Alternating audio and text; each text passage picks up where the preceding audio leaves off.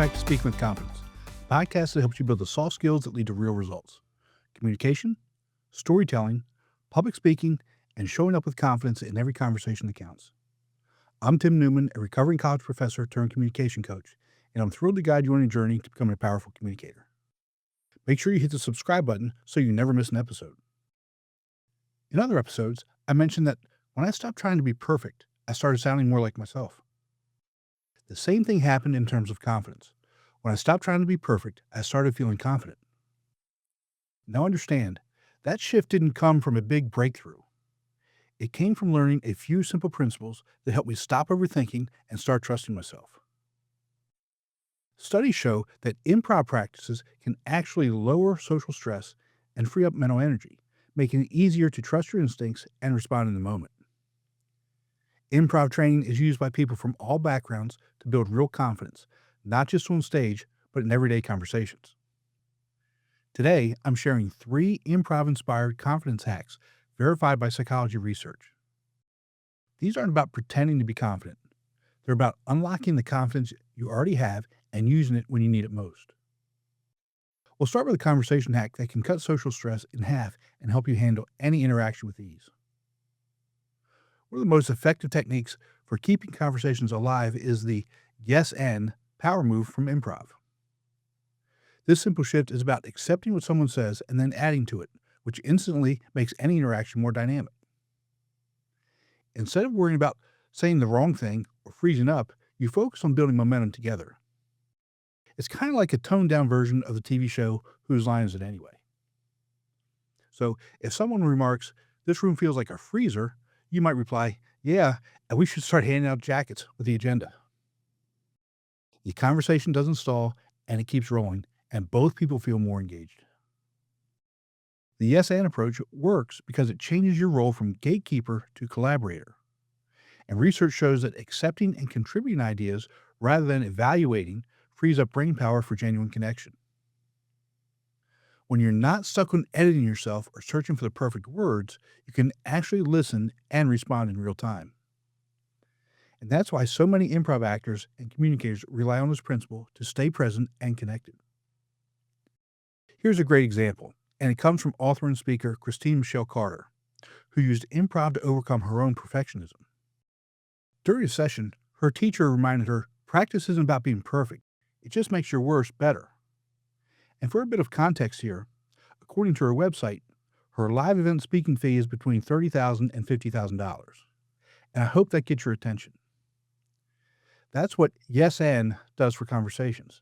It trains you to keep moving forward even if your response isn't flawless. The goal isn't to impress, it's to participate and keep the exchange alive. So you don't have to be on stage to use this. Try it with a friend or colleague. Pick any topic and make every response start with yes and. You'll notice the conversation flows more easily and you spend less time worrying about awkward silences and running out of things to say. This simple shift dissolves dead-end responses and builds authentic rapport because both people feel heard and valued. Ultimately, yes and isn't about being clever or quick-witted. It's about staying in the moment and trusting that you can handle what comes next, even if it's unexpected. And the more you practice this, the more natural it feels to keep moving forward, regardless of how perfect your words are. So you may be thinking, but what happens when things don't go smoothly? When you say the wrong thing or make a mistake in front of others? And that's where the next principle comes in, and it can actually make you more confident every time you stumble. Look, mistakes are inevitable, but it's the way you handle them that can transform your confidence. In improv, failure isn't about something to avoid, it's something to practice. One of the core exercises is the failure game, where performers intentionally mess up and then announce, "I failed," with a big dramatic bow. This may sound odd, but it's a proven way to train your brain to recover quickly instead of freezing up. Research shows that improv exercises like this can actually boost resilience and well-being, helping you to adapt to unexpected situations and bounce back faster when things go wrong. The failure bow is effective because it turns an awkward moment into a physical gesture. Instead of shrinking away after a slip-up, you acknowledge it with a confident nod, a smile, or even a quick bow. This signals to everyone, including yourself, that you're not rattled by the mistake and that you're ready to move forward. Improv theaters teach this to all kinds of people, from students to business professionals, because it helps break the cycle of self-criticism and anxiety that perfectionism often creates. You know, I've mentioned this many times. When you own your mistakes openly, people actually trust you more. They see you as authentic and resilient. If you forget someone's name, instead of pretending or getting flustered, you might say, "Your name just escaped me. Can you remind me?" That kind of honesty doesn't weaken your presence, it builds connection. In improv, some of the best scenes come from unexpected mistakes. A stumble can spark creativity and make the moment more memorable than anything you had planned. I mentioned a minute ago what Christine Carr's coach said to her about practice. Shifting from fearing mistakes to seeing them as opportunities for her growth helped her become a more confident communicator.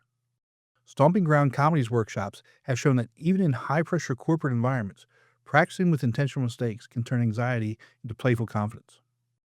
By redefining what success means, not as getting everything right, but as handling whatever comes, you lower the pressure and actually perform better under stress.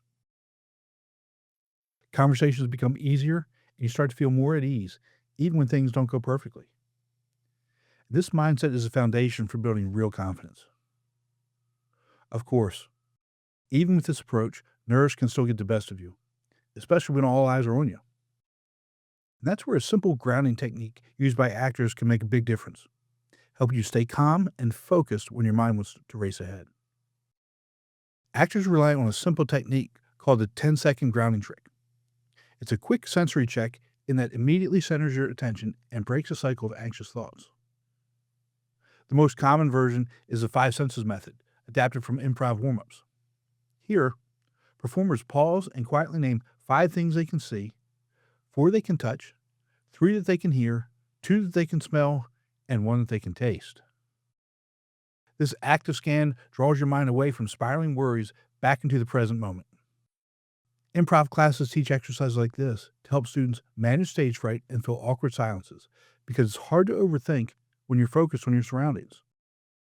Actors call this a grounding exercise because listing your 5 senses immediately pulls you into the present and stops your mind from racing. Improv and mindfulness research agree that sensory grounding cuts anxiety faster than deep breathing alone. By anchoring yourself in what's real and immediate, you interrupt the mental loop of what ifs and self criticism. This isn't just for performers. Anyone can use it, whether you're about to speak in a meeting, walk into a social event, or start a challenging conversation. You can use this trick anywhere, and no one else has to notice. If you're holding a pen, feel its texture. Listen for the faintest background sound, like the hum of a vent or the shuffle of papers. Notice the color of a wall or the pattern of the carpet, or even the temperature of the air. These tiny details become anchors that keep you steady. One TED speaker says she calms her nerves by silently counting ceiling tiles. Small intentional actions like these reset your brain just enough to get out of your head and into the moment. Let's try a quick exercise. Grab your phone or camera and look around and notice 5 items you see right now. That small action resets your brain in under 10 seconds. You don't need to close your eyes or do any special breathing. Just let your senses do all the work. Once you make grounding a habit, you'll notice conversations and presentations feel less daunting. You're not stuck in your head. You're actually present and engaged. This shift creates the foundation for real, lasting confidence, and it's something you can practice every day.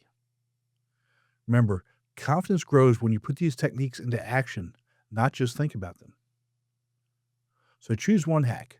Try yes and at dinner tonight, or use a grounding exercise before tomorrow's meeting, and see how quickly you feel more at ease. Improv principles are designed to help you trust yourself in the moment so you'll notice the shift immediately. Drop a comment. Which hack did you try and how did it change your confidence?